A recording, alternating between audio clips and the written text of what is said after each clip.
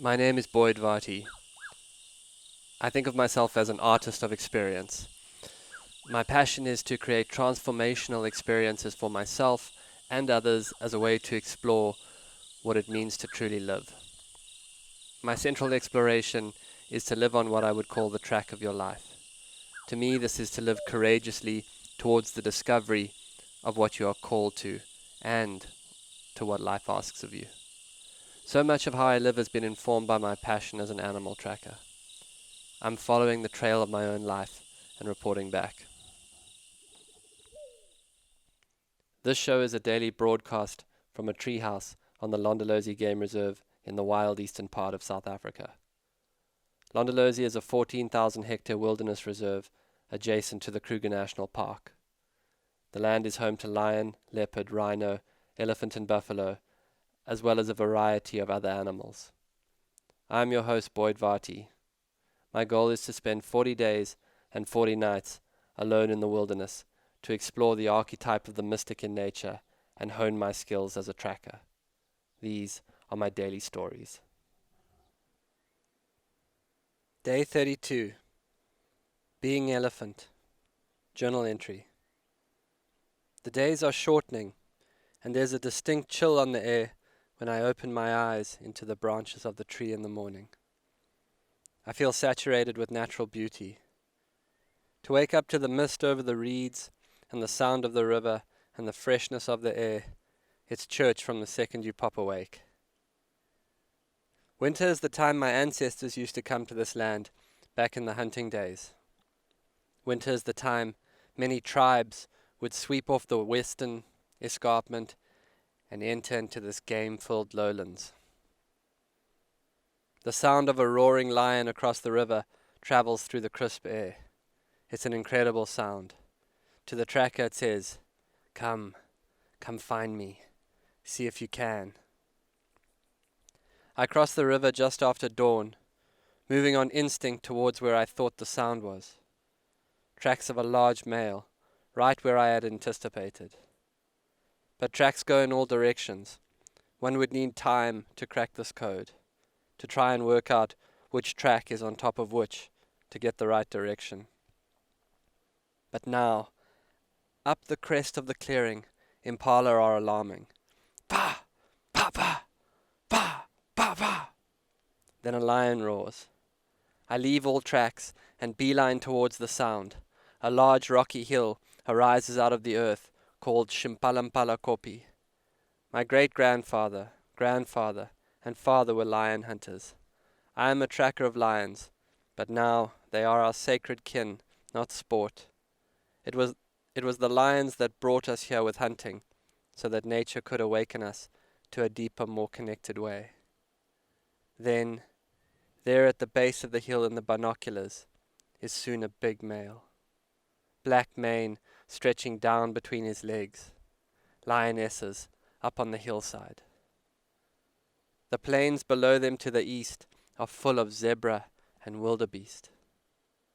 At that moment, two saddle-billed storks float by like giant gliders on their way to the river. In front of me, steam is billowing out of a chimney spout on top of a termite mound like breath on morning air. It could be a hobbit's cottage. Deep down in the mound, the activity of millions of termites is causing energy to transfer to warmth. The termites maintain the mound's central temperature at a perfect 34 degrees, the optimum temperature for growing fungi. Termites are farming mushrooms, I know. They are intentionally releasing heat out of the mound. I walk over and warm my hands in the blast of steam. Then all day I lie on my bed watching brown-hooded kingfishers flit from branch to branch above me. Green pigeons pay a visit, and always the black-headed oriole. In the afternoon, I go look for the tracks of a huge bull elephant. Tracking bulls at this time of year is extremely difficult. With the pending winter, the elephant herds have suddenly swollen. Soon the tracks of your bull is moving through the trails of herds. His track disappears into elephant print earth. The grass swath he cut is intercepted at every angle by other elephant trails. Every elephant's foot is cracked like a fingerprint with a unique pattern. Renius has shown me how to follow a particular old bull by identifying how worn the back of his hind foot is. But it's too difficult once in a mess of tracks. Spun branches of kiat litter the earth like giant elephant toothpicks. The key with elephants right now is freshness. If you get onto a bull and the tracks are less than an hour or two old, you might have a chance, but any later and the trail subtly fades. Sometimes I just speculate on a direction, pick one trail of crushed grass and just follow, full of doubt. But this time on this day, I'm right. There, down the clearing, a bull feeds standing high on a termite mound. I approach downwind and with good cover. He lopes down the mound, and then he walks through the grass, as an aura of birds follow him. Drongers and wattled starlings, hawk insects, his great legs flush as he moves. He feeds almost continuously, sleeps standing at midday leaning against a torchwood tree, snoring. The two prehensile lips on the edge of his trunk are about as close to an opposable thumb to fingers you will find in nature. He will live to about 60, chew his way through multiple sets of teeth, cover thousands of miles on his own meticulous steam. He will alter the vegetation, lower the browse line, distribute seeds, pollinate plants, knock over big trees, cause awe and fear in tourists. And still, there is a difference between what something does and what it means. Because what an elephant's presence means in our world is utterly impossible to say. It may be hinted at. If for a moment you imagine every young child who paged through an animal book with their new parents. "What's that one?" the parents ask. "Elephant," says the child. The fact that when that child says that name, that creature thousands of miles away is alive, is the important thing I don't know how to say about our world. In the late afternoon, another herd comes through the camp, close to the fire pit. It's like my smell has become a part of this little section of the woods, and now they expect me here. Two young bulls sumo wrestle with each other. I walk out to them with my cup of tea in hand. They turn to look at me, ears forward, but no intent. They are here. I am here. We are here.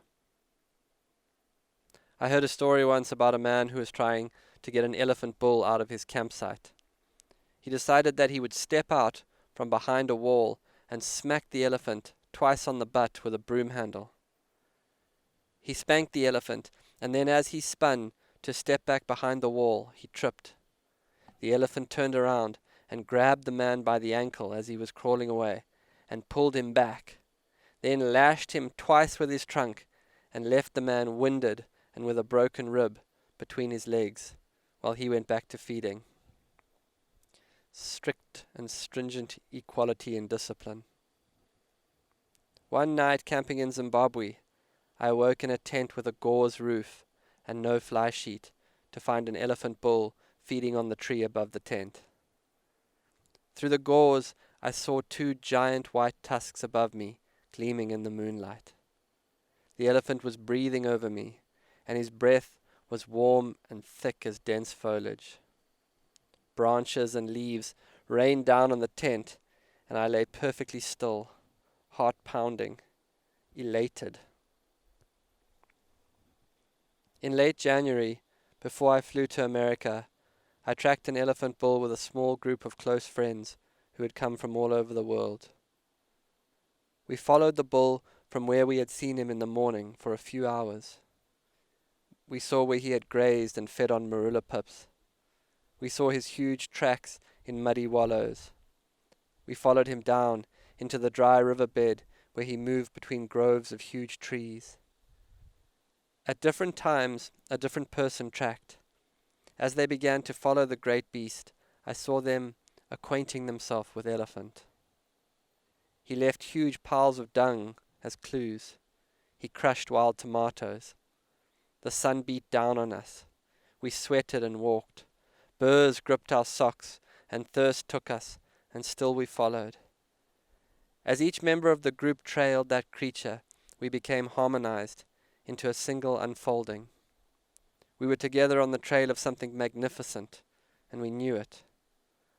We fell into an intimacy with that elephant, and each other. As we stayed with him through every moment of his day via the track, where he had rested in the shade, so did we. Where he had walked, so did we. And as we followed, we started to know each other. Whatever happened after that day, there was an elephant we knew. We found the bull at sunset. Weary and thirsty, we watched him against the sky. For a long time, not one of us said a word. The next day, we all went to different parts of the world. We talk on the phone, we send messages, and whenever we do, I always think to myself, and still, he is out there, being elephant. 4-0, out. This has been another episode of the Track Your Life podcast with Boyd Varty. Follow us on Instagram at Boyd_Varty, Twitter at Boyd Varty. Visit Boyd's website at boydvarty.com or subscribe to this podcast in your favorite podcast player. Please rate and review this podcast so that more people can find and enjoy it.